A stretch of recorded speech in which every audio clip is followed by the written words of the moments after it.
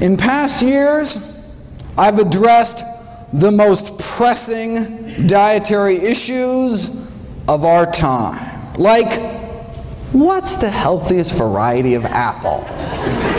Or what's the most nutritious nut? Or dried fruit? Or what's the best bean? What's the best berry? What's the best bowel movement? Right? We had fun. People got to vote. You know, some folk came away all huffy. You know, especially the New Yorkers back there. But this year, I thought I'd lighten it up and answer: what's the best way to prevent death? Every year, the CDC updates the latest leading causes of death in the United States. So let's start at the top and go down the list, see what's new in each category. Heart disease, number one, the 35-year follow-up of the Harvard Nurses' Health Study just published. Now, the most definitive long-term study on older women's health we have. Since the study started, thousands of participants died, but that allowed them to study the risk factors for mortality. Because heart disease was the leading cause of death, it comes as no surprise. The dietary cholesterol intake, right, was a significant risk factor for dying. The second leading cause was smoking-related cancer deaths. But what's so neat about this study is that it's a competing risks analysis. Right? So it allowed them to compare different risks to one another. So consuming the amount of cholesterol found in just a single egg a day appears to cut a woman's life short as much as smoking 5 cigarettes a day for 15 years. The most protective behavior they found was fiber consumption. Eating just a cup of oatmeal's worth of fiber a day appears to extend a woman's life as much as 4 hours of jogging a week.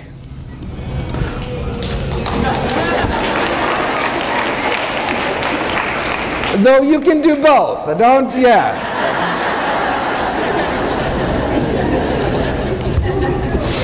So it's worth noting that, look, the intake of cholesterol only found in animal foods was associated with living a shorter life, and the intake of fiber only found in plant foods associated with living a longer life. The one specific food most tied to longevity was nuts. You also appear to get 4 hours of weekly jogging benefit eating just 2 handfuls of nuts a week. All right. Yeah, heart disease, number one cause of death, but what if your cholesterol is normal? Right? Hear that all the time from patients, right? Have to break it to them. Look, having a normal cholesterol in a society where it's normal to drop dead of a heart attack, not necessarily a good thing. And remember, it's our number one killer, right? In a huge study last year, most heart attack patients fell within the recommended targets for cholesterol, demonstrating that the current diet guidelines just are not low enough to cut heart attack risk. Close to half of heart attack victims had cholesterol levels classified in the guidelines as optimal, though I'm not sure their grieving spouses and orphan children will take much comfort in that fact. What is considered optimal is still way too high. Yeah, having a below average cholesterol, reduces your risk, but as the editor-in-chief of the American Journal of Cardiology wrote more than a decade ago, it's time to shift, right, from just decreasing risk to actually preventing and arresting atherosclerosis. We don't want low risk, we want no risk. How do you do it? Well, for the buildup of plaque in our arteries to cease, it appears that we have to get our total cholesterol down to be about 150, right? In other words, the cholesterol must be lowered to that of your average pure vegetarian. Now, but because relatively few people are willing to abide by the vegetarian lifestyle, drugs are required, to get down to similar levels, right? So it's our choice. Now notice though, even though the average vegan has a cholesterol of 150, it doesn't mean that all vegans have 150. That's why I do free cholesterol screenings here at Summerfest. Stop by my table, a little drop of blood, just take a couple minutes. I'd be happy to do that for you. All right, so it's our choice, diet or drugs. why not just choose the drugs, right? Well, no, sir, that's a good question. Well, as the good doctor noted last night, the FDA just announced newly mandated safety labeling by law to cholesterol-lowering statin drugs, right? So this is Lipitor, Mevacor, Crestor, Zocor, Vytorin, that kind of thing. The FDA issued new side effect warning labels this year regarding the increased risks, brain-related risks, associated memory loss and confusion, an increase in blood sugar levels, as well as new onset diabetes. One prominent cardiologist described this kind of Faustian bargain: yes, fewer heart attacks, but more diabetes, right? With all the memory loss and confusion caused by these drugs, folks may have forgot there's actually a way to reduce the risk of heart attacks and diabetes at the same time. Called the plant-based diet. All right, now cholesterol is just half of the heart disease story. The other half is inflammation. Right? We've known for 15 years that a single meal high in animal fat, sausage and egg McMuffin was used in the original study, can paralyze our arteries, right? Cutting their ability to relax normally in half within hours of eating animal products. The whole lining of our vascular tree gets inflamed and stiffened, right? And just as that inflammation, so here's hours, right? 1, 2, 3, 4, 5, 6. Just as that inflammation, right? Just as that crippling of our arteries starts to finally calm down after 5 or 6 hours, lunchtime, right? And then we may whack our arteries with another load of meat, eggs, or dairy, right? And so most people are in this chronic state of low-grade inflammation, increasing risk for these inflammation-related diseases like heart disease, cancer, diabetes, one meal at a time. Does the same thing to our lungs. Right? Again, within hours, inflammation in our airways. A single meal causing internal damage, not just years down the road, but literally right then and there, that day, within hours of it going into your mouth. And just this year, we finally figured out, we finally solved the mystery as to why. And it doesn't appear to be the animal fat itself. And it's apparently not the animal protein, which is what's implicated in the inflammation from arthritis. Right? So if it's not the animal fat, it's not the animal protein, what is it? The whole thing is a crazy, cool detective story that I'll be putting in a series of videos next week, actually, July 4th, July 5th, July 6th. But I'll just cut to the chase, spoiler alert. After a meal of animal products, people suffer from endotoxemia. Their bloodstream becomes awash with bacterial toxins, known as endotoxins, that are present in the animal products. So, I mean, no wonder our body goes crazy. These dead meat bacteria toxins aren't destroyed by stomach acid, aren't destroyed by pancreatic enzymes, right? Aren't destroyed by cooking. They tried boiling meat for hours, still didn't work. So these bacterial toxins were found to be highly resistant to cooking and our body's best attempts at acid and enzyme digestion.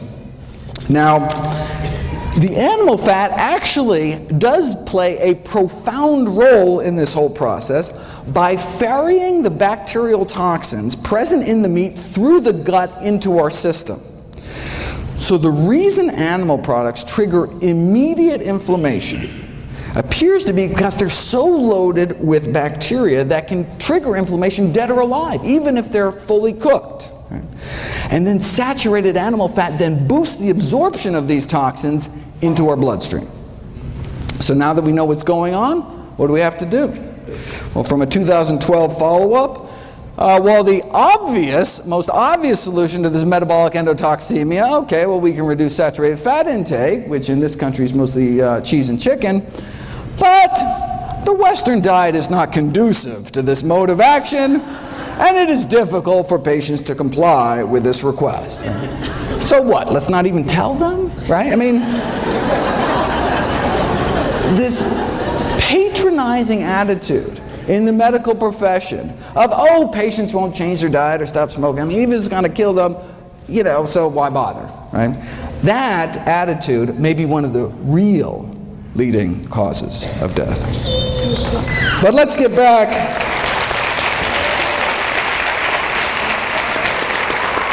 But let's get back to the official list and take on cancer next. What's the latest?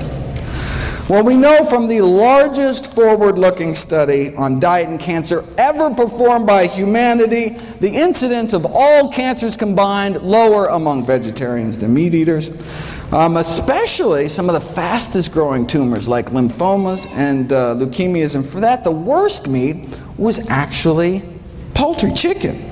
Up to triple the rates for every 50 grams of poultry consumption. A quarter of a chicken breast, triple your risk.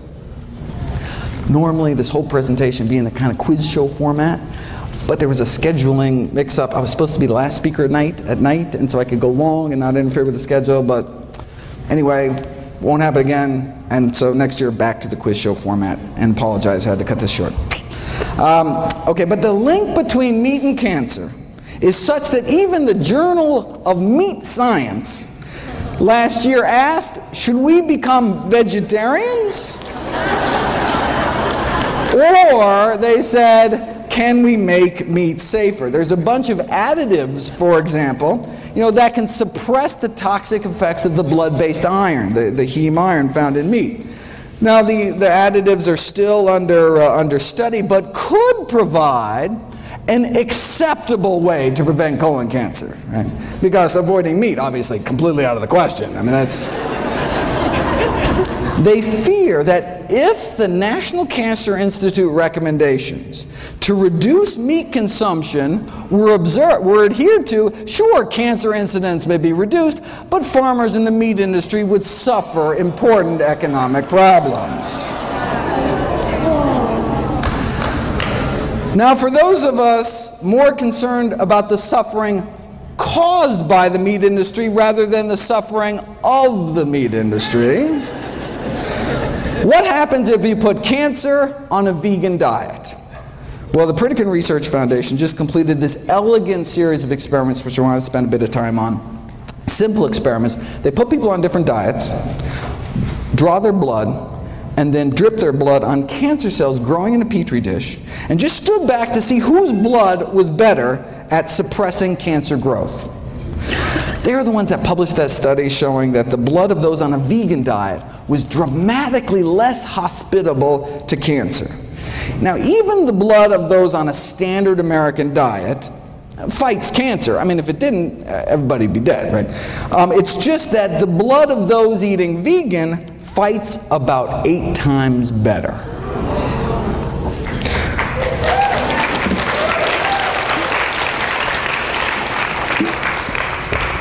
The blood of those on a standard American diet suppresses cancer growth by about 9%. You put people on a plant-based diet for a year, though, and their blood just tears it up. Right? The blood circulating through the bodies of vegans has nearly 8 times the stopping power when it comes to cancer cell growth. Now, this is for prostate cancer, most common cancer among men. For women, it's breast cancer. So the Pritikin researchers tried duplicating this study with women using breast cancer cells instead. Now, they didn't want to wait a whole year to get the results, so they figured they'd try to see what a plant-based diet could do in just 2 weeks against 3 different types of human breast cancer. This is the before, cancer growth rates powering away at 100%, and then this is after eating a plant-based diet for just 14 days. Now, slowing down cancer growth is great, but getting rid of them, getting rid of cancer cells is even better. This is before and after measuring cancer cell death, right? This is the before, and this is the after, pre and post plants. The same blood now coursing through these women's bodies gained the power to significantly slow down and stop breast cancer growth thanks to just 2 weeks of eating a plant-based diet. What kind of blood do we want in our body? What kind of immune system, right? Do we want blood that's just kind of roll over when new cancer cells pop up, right? Or do we want blood circulating to every nook and cranny within our bodies with the power to slow down and stop them. Now, this strengthening of cancer defenses was after 14 days of a plant-based diet and exercise. They were out walking 30 to 60 minutes a day. Right? Well, maybe the only reason their bodies became, so effective at suppressing cancer cell growth was because of the exercise. Maybe diet didn't have anything to do with it. So they put it to the test. This is measuring cancer cell clearance. And this is what we saw before, the effect of blood taken from those eating a plant-based diet, in this case for 14 years, along with mild exercise, just like walking every day, right? So, plant-based diets, walking, that's the kind of cancer cell clearance you get. Now, compare that to the cancer-stopping power of your average sedentary. You see this little burger, apple? Oh, sorry, I can't. All right. On the website, it's a little, okay, but okay. Okay, compared to the cancer-stopping power of your average sedentary meat eater, which is basically non-existent. Okay. But what about this middle group? Now, this middle group, instead of 14 years on a plant-based diet, they had 14 years of the standard American diet, but had daily strenuous hour-long exercise, like boot camp this morning. Seriously, calisthenics, right? They wanted to know, if you exercise hard enough and long enough, can you rival some strolling vegans? All right. Let's find out. And exercise worked, no question, right? But literally 5,000 hours in the gym, no match for a plant-based diet.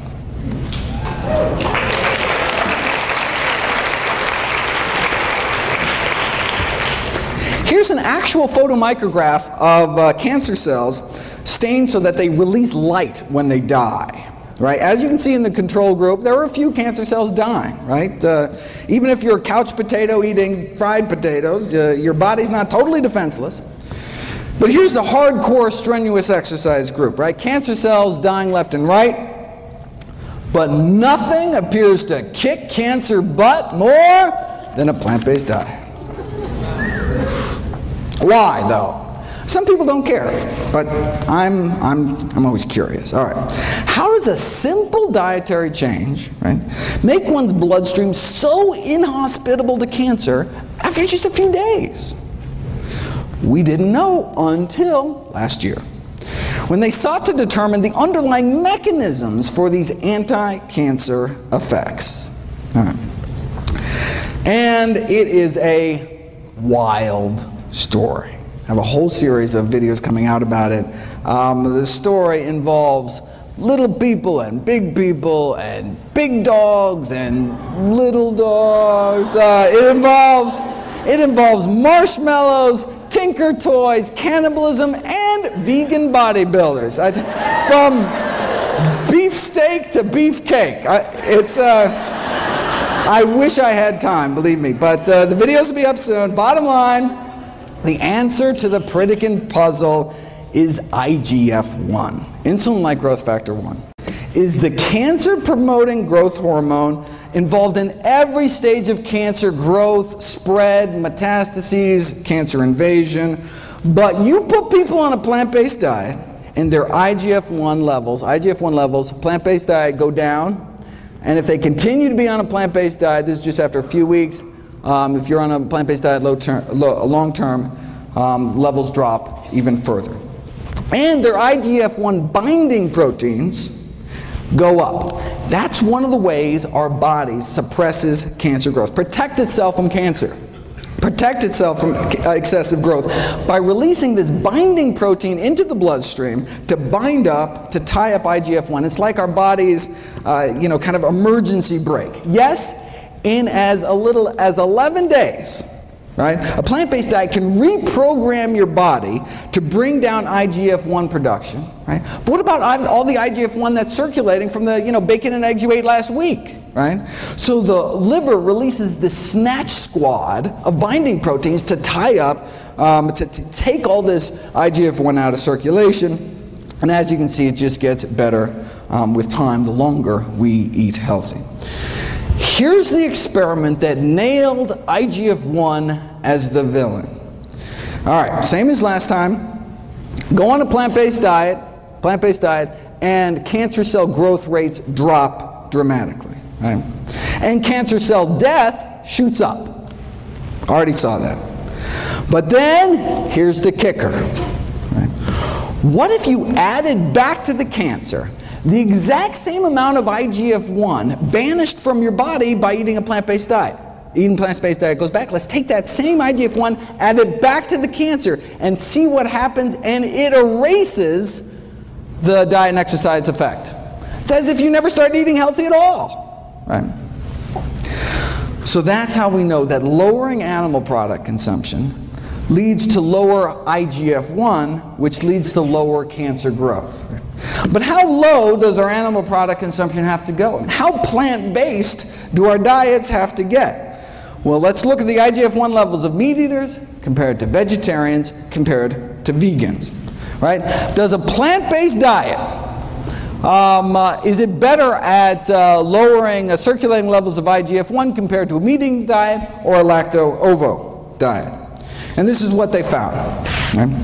Only the vegans, so meat eaters, vegetarians, vegans, only the vegans had significantly lower levels, and the same relationship was found with IGF-1 binding protein levels, right? That's what we want higher. Again, we got nothing here.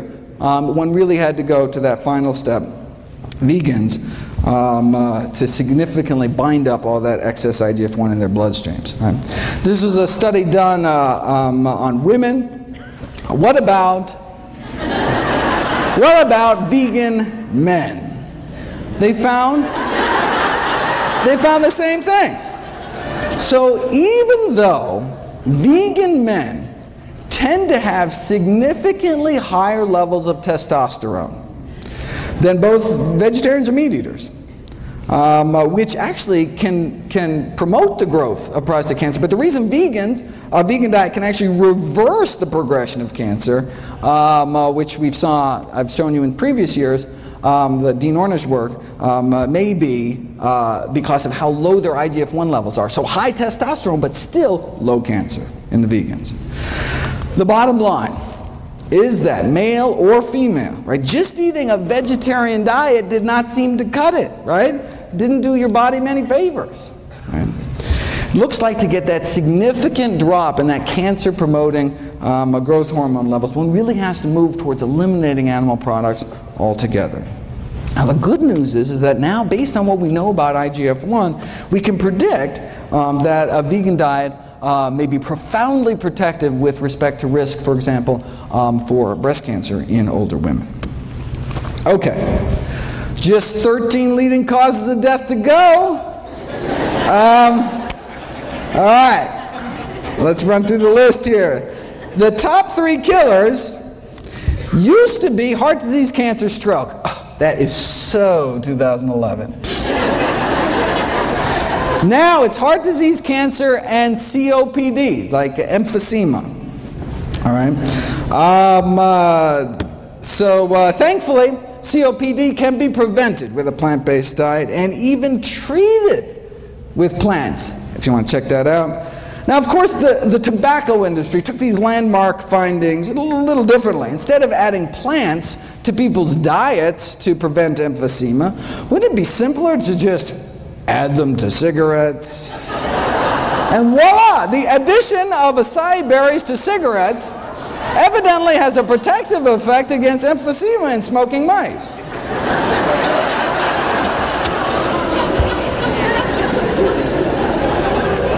Next, they're going to start putting berries in meat, right? I couldn't make this up, people. Look at this. Adding fruit extracts to burgers, right? Now, this was not without its glitches. The blackberries literally dyed the burgers with this kind of distinct purplish color, though infusing lamb carcasses with kiwi fruit juice before rigor mortis set in does evidently lead to greater tenderness in the meat.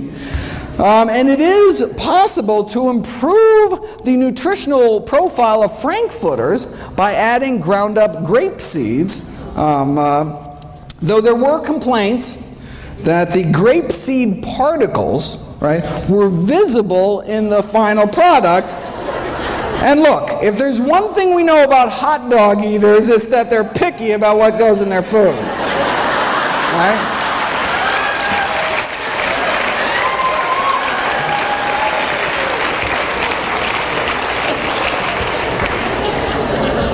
Pig anus, okay, but grape seeds?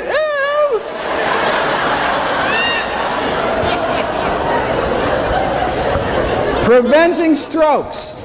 Number 4. Preventing strokes is all about eating potassium-rich foods. Potassium from the words potash. You take any plant, put it in a pot, reduce it to ash, and what you're left with is potassium. True story. But can anyone name me a plant food particularly high in potassium? Why is that like the one thing everyone knows about nutrition?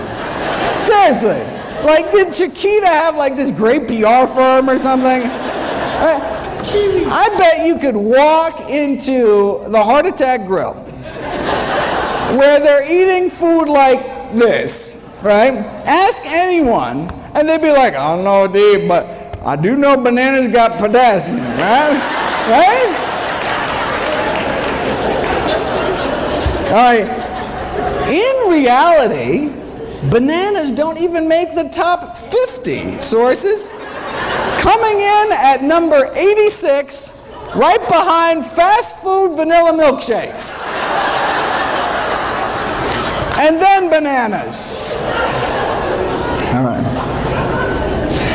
In the top 5 sources are tomato and orange concentrates, and in terms of the whole food sources, it is greens, beans, and dates. In fact, if you look at the next leading cause of death, right, bananas could be downright dangerous.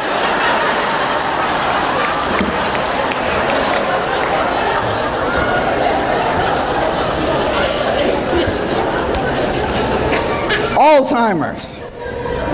Alzheimer's now our 6th leading cause of death. We've known for 20 years now that those who eat meat, red or white, including poultry and fish, were between 2 and 3 times more likely to become demented compared to vegetarians. And the longer that you're vegetarian, the lower your risk of developing dementia. But the exciting new research is actually on treating Alzheimer's using these natural plant remedies, which actually beat out placebo and worked as well as the leading Alzheimer's drug. Again, on the website, all for free. Next on the kick the bucket list is diabetes, which can be prevented with a plant-based diet and treated with a plant-based diet and even reversed in many cases with a plant-based diet. And I encourage everyone to check out Brenda's talk at 3 o'clock this afternoon. This is from October. Those eating vegetarian had significantly lower rates than meat eaters, right? But it was the vegans that did the best. And this is the surprising thing, this was after controlling for obesity, right? Sure, vegans got lower diabetes rates, right? They're so skinny, right? But even at the same weight, vegans have just a fraction of the diabetes risk, right? Why are vegans on average so slim? Well, obesity is so rare among those eating plant-based diets. Nutrition researchers have been desperate to try to uncover the secret. Yes, they eat fewer calories, right? But not that many fewer. In the past years, I've gone through a number of theories to try to explain this. Maybe it's because people eating plant-strong diets, express more of that fat-shoveling enzyme in the mitochondria, the power plants of our cells. I've talked about that. Maybe it's because the gut bacteria populations are different. Maybe it's because of avoiding the obesogenic chemicals, these endocrine-disrupting chemicals in the meat supply. There's an obesity-causing virus in poultry that may even be playing a role. We're not sure. Theories keep coming. Here's the latest theory. Maybe it's the propionate. Right? After all, what's one of the things that's only in plant foods? fiber, right? Animals have bones to hold them up, plants have fiber to hold them up, right? Now we say, I thought fiber was defined as our inability to digest it, right? Well, true, we can't break down fiber, but the gazillions of good bacteria in our guts can. And what do they make with it? They make propionate, which gets absorbed into our bloodstream. So technically we can digest fiber, but just not without a little help from our little friends. But what does propionate do? Well, it inhibits cholesterol synthesis. That's good. It also appears to have what's called a hypophagic effect, meaning it helps us eat less by apparently slowing the emptying of our stomachs, which makes us feel fuller longer. Propionate regulates food intake, or whether it's because it slows the generation of new fat cells, but it results in this overall anti-obesity effect. And we can actually boost the populations of these good bacteria in our guts without taking probiotics, just by eating vegetarian, right? Because we're feeding our little friends with fiber. Animal foods also tend to be calorically dense. For example, to walk off the calories found in a single pat of butter, you'd have to add an extra 700 yards to your evening stroll that day, right? Or a quarter-mile jog to each sardine we put in our mouth, right? And that's just the edible part, right? And any who choose to eat 2 chicken legs better get out on their own 2 legs and go run an extra 3 miles that day to outrun weight gain, right? And that's for steamed chicken, skin removed. Here's the latest. Meat consumption and prospective weight gain, right? We're talking hundreds of thousands of men and women studied across 10 countries with weight gain measured over a 5-year period. What did they find? Total meat consumption associated with weight gain in men and women. The conclusion is that the decrease in meat consumption may improve weight management. And this was after controlling for initial weight and physical activity, education level, smoking status, total energy intake. What? That's the kicker. This was after controlling for calories, right? The link between meat and weight gain remained even after controlling for calories, meaning you have 2 people eating the same number of calories, the one eating more meat may gain more weight. They even calculated how much more. Intake of 250 grams of meat a day, which is nothing compared to what the U.S. Eats, will lead to an annual weight gain of 422 grams, higher than the weight gain experienced with the same calorie diet with lower meat content.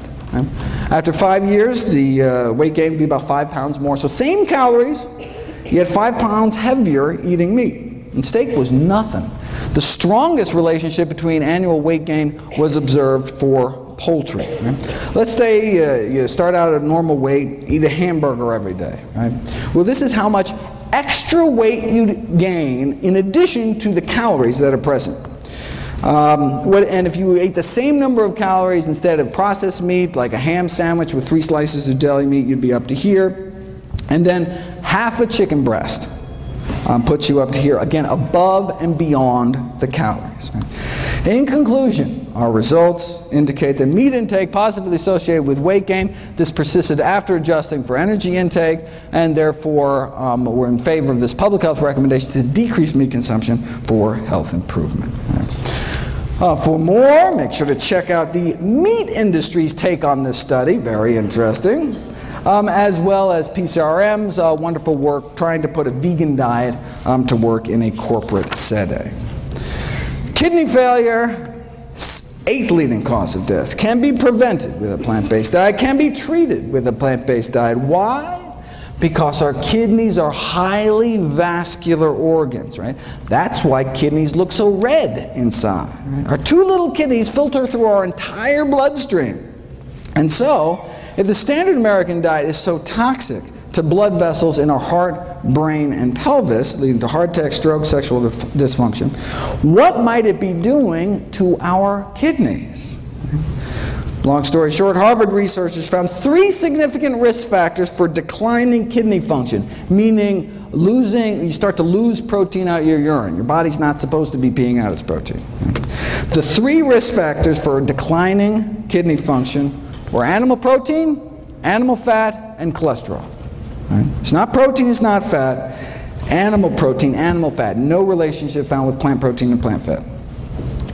Not only do vegans appear to have better kidney function, but dramatic improvements were found treating kidney failure patients with pure vegetarian diets after just 1 week. All right. Leading killer number 9 is people dying from respiratory infections. Check out my video, Kale and the Immune System, talking about the immunostimulatory effects of kale. Is there anything kale can't do? And if you look at my video, Boosting Immunity Through Diet, which is actually, if you can see this, June 28th, this is just the video of the day that went up on Wednesday.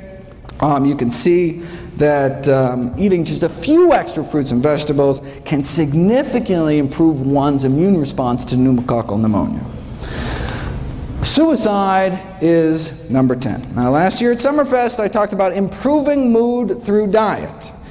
We know vegetarian diets have been associated with healthier mood states, but you don't know if it's cause and effect until you put it to the test. And that's what was done this year. You take regular meat eaters and you remove meat, fish, poultry, and eggs in this study from their diets. And you can see a significant improvement in mood scores after just 2 weeks. I mean, it can take drugs like Prozac, months to take effect. In fact, the way drugs like Prozac work is they boost the levels of the so-called happiness hormone serotonin. Did you know that there is serotonin in plants? I had no idea. I certainly didn't. But there's serotonin and dopamine and all sorts of human neurotransmitters in plants. So much so, there's been a call to start treating depression with high-content sources of serotonin. Like plantains, pineapples, bananas, kiwis, plums, and tomatoes. Right? And what's the what's the side effects? You get a little seed stuck in your teeth or something? Right? Maybe that's why high intake of fruits, vegetables, mushrooms, and soy associated with decreased prevalence of depression. Right? Maybe that's why improved behavior in teenagers was significantly associated with higher intakes of leafy green vegetables and fresh fruit. For more, keep an eye out for my videos on the wrong way to boost serotonin, which is by these tryptophan supplements, a better way to raise serotonin to fight things like premenstrual depression, and then the best way, as reported in this double-blind, placebo-controlled crossover study on the successful use of butternut squash seeds in the treatment of social anxiety disorder, for example. Amazing. How might a plant-based diet prevent systemic infections?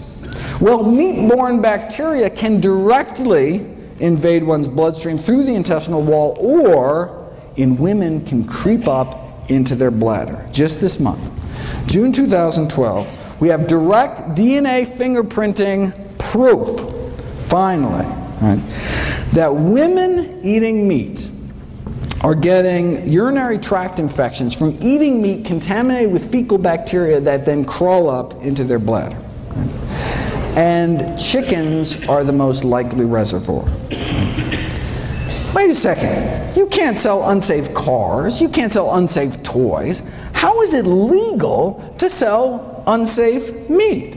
Well, they do it by blaming the consumer. Right? As one USDA poultry microbiologist said, raw meats are not idiot-proof. They can be mishandled, and when they are, it's like handling a hand grenade. You pull the pin, someone's going to get hurt. See, if we get sick, it's our fault. Right? Now, while some may question the wisdom of selling hand grenades in supermarkets, the USDA poultry expert disagrees. Says, I think the consumer has the most responsibility, but just refuses to accept it. Right? It's like a car company saying, yeah, we installed faulty brakes, but it's your fault for not putting your kid in a seatbelt. Right? A director at the Centers for Disease Control responded famously to this kind of blame the victim attitude from the meat industry Is it reasonable, she asked, if a consumer undercooks a hamburger that their 3-year-old dies? Is that reasonable? Not to worry though, the meat industry's on it. All right, they just got FDA approval for a bacteria-eating virus to spray on the meat.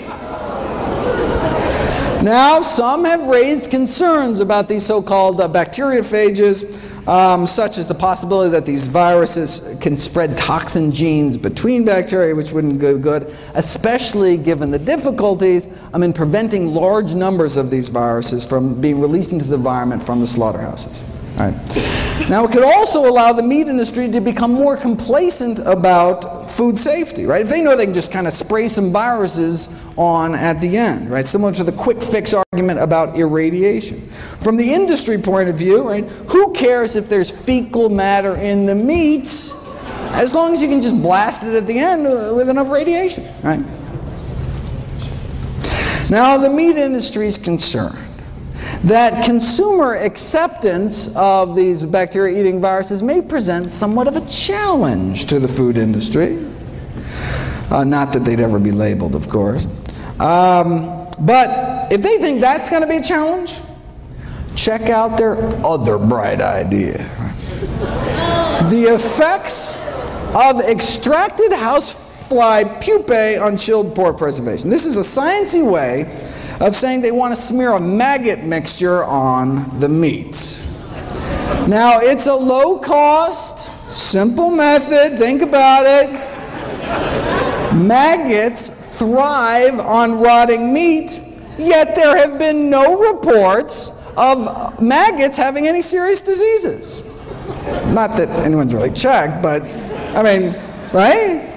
Indicating that they have a strong immune system, right? They must be packed with some kind of antibacterial properties, otherwise they die themselves eating rotting meat. All right. So, they took maggots that were 3 days old, washed them, dried them, kind of toweled them off, put them in a tissue blender, kind of a little Vitamix action there, and then voila, safer meat.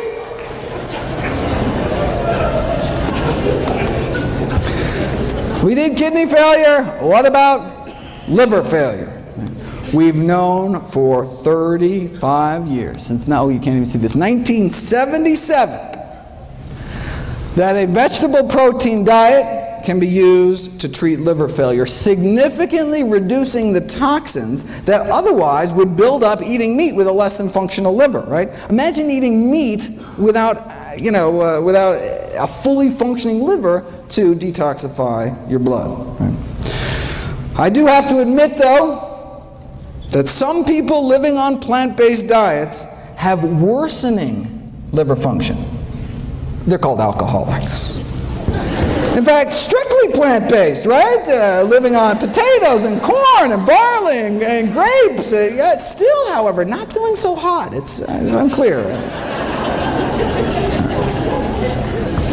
High blood pressure is up next, so-called essential hypertension, essentially only found in those who eat meat. Again, look at this. We've known for decades, it's 1974 out of Hopkins, right?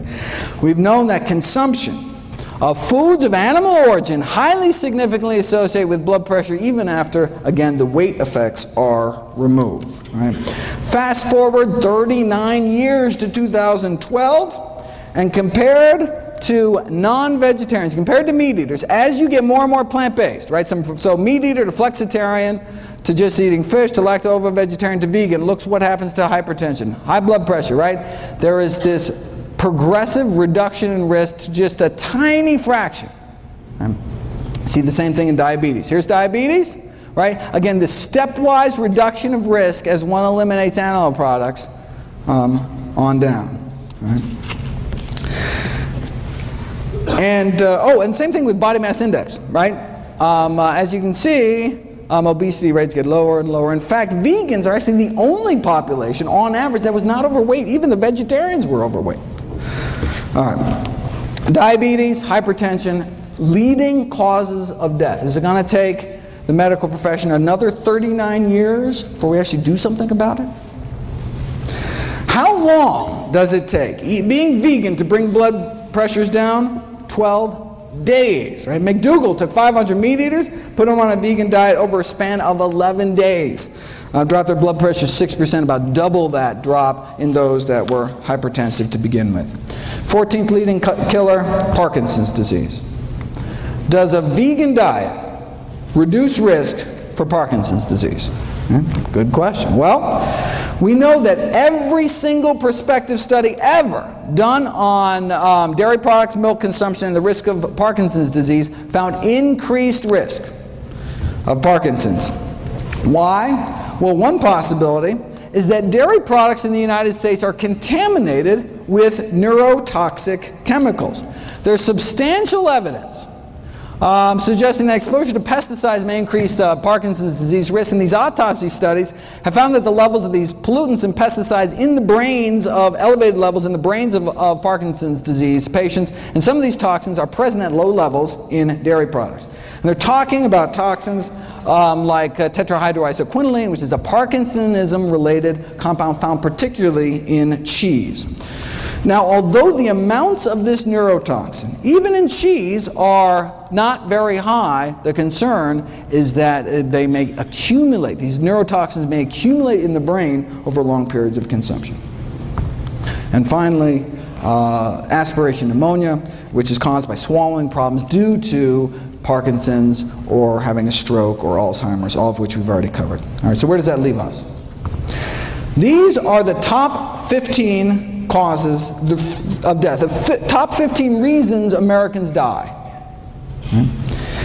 And a plant-based diet can help prevent nearly all of them, can help treat more than half of them, and in some cases even reverse the progression of disease, including our top 3 killers. Now, there are drugs that can help too, right? You can take one drug to treat cholesterol every day for the rest of your life, another drug for blood sugars, a few more pills for your blood pressure. Right? The same diet, though, does it all, right? It's not like, you know, one diet for this and then a different diet for this, right? One diet to rule them all. And what about drug side effects? Right? I'm not talking about a little rash or something. Prescription drugs kill more than 100,000 Americans every year. And I'm not talking about medication errors, not abuse, not overdose. We're talking, this is just deaths from side effects, so-called ADRs, adverse drug reactions to prescription drugs. Wait a second, 100,000 deaths a year? That means, let's go down the list. Whoa, that means that the 6th leading cause of death in the United States is doctors. The 6th leading cause of death is me. Thankfully, I can be prevented with a plant-based diet.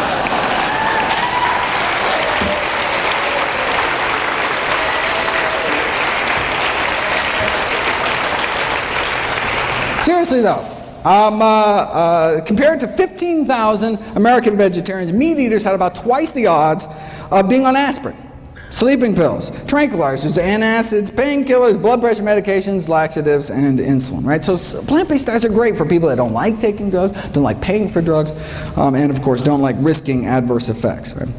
Now this study did show that plant-based diets have their own side effects. Side effects include a lower risk of chronic disease, fewer allergies, fewer surgeries. We're talking fewer varicose veins and hemorrhoids, even fewer hysterectomies. And we're not talking just the big killers, right? Not just less heart disease, cancer. This is the longest study on vegetarians in human history. Not just less heart disease and stroke and high blood pressure and diabetes, but less diverticulosis, less, if you can read this, less diseases overall. Right? That's the side effects of a plant-based diet, less disease overall. Here's the allergies thing. Again, longest running study on vegetarians in history. Women who eat meat compared to vegetarians appear to have a 30% greater risk of reporting chemical allergies, 24% asthma, more drug allergies, even more bee sting allergies, 15% more hay fever. A new side effect of plant-based diets we just learned about last year, fewer cataracts. Right? That's what we get. fewer cataracts, the leading cause of blindness and vision loss. Compared to those just eating a single serving of meat a day, right, in one meal, those eating half a serving a day dropped the risk 15%. Just eat fish, dropped about 21%. Get rid of fish, dropped 30%. Get rid of eggs and dairy, full 40% drop in risk. And that's all in addition to my favorite side effect of plant-based diets, helping to prevent 15 out of our 16 top killers. Want to solve the healthcare crisis? I've got a suggestion. Imagine if our nation embraced a plant-based diet. Right? Imagine if we just significantly cut back on meat. Well, there's actually one country that did it. After World War II, Finland joined us and started packing on the meat, eggs, and dairy. And by 1970s, the mortality rate from heart disease of Finnish men was the highest in the world, even put us to shame. So, look, they didn't want to die, so they got serious. Heart disease is caused by high cholesterol. High cholesterol is caused by high saturated fat intake. So the main focus of the strategy was to reduce the high saturated fat intake in the country. So this means here that's cheese, chicken, cake, and pork, basically. All right. So a berry project was launched to help dairy farmers switch to berry farming, right? Whatever it took.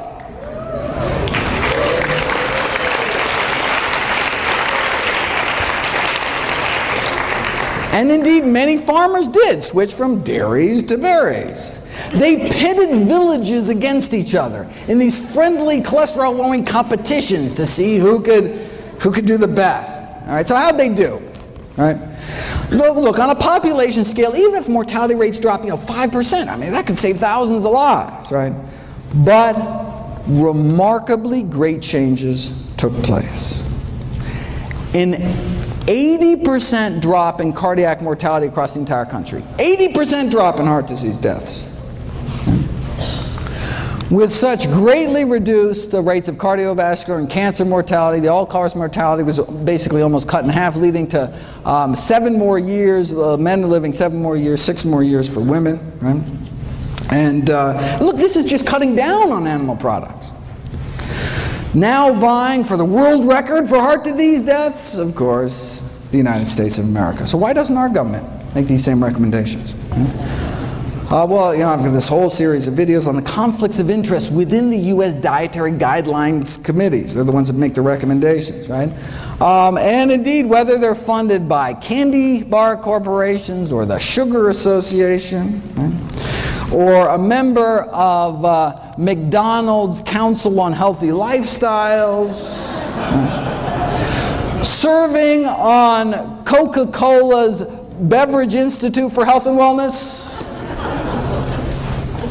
And notice, we only know about this thanks to a PCRM lawsuit against the USDA. Very impressive. Very good.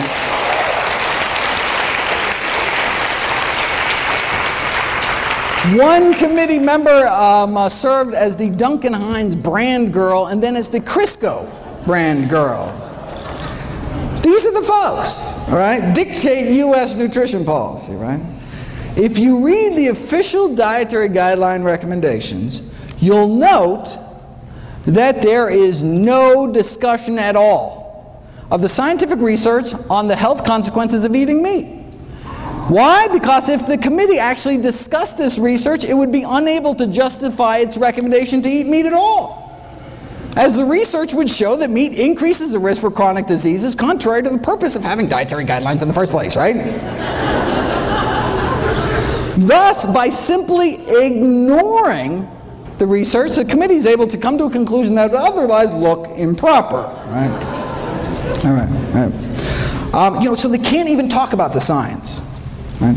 We know that a plant-based diet, fruits, vegetables, whole grains, legumes, no meat, reverses heart disease, completely prevents death from heart disease, slows the progression of cancer, and the almost identical diet promoted by the World Cancer Research Fund prevent cancer based on the largest review of scientific studies to date. But again, right, they can't even talk about the science because how could they justify anything but a plant-based diet? Let me end with what's probably the best summary of nutrition policy in the United States that I've ever seen. The new dietary guidelines have been released. Right? They tell us to eat healthier, but not as healthy as to noticeably affect any corporate profits. Thank you very much.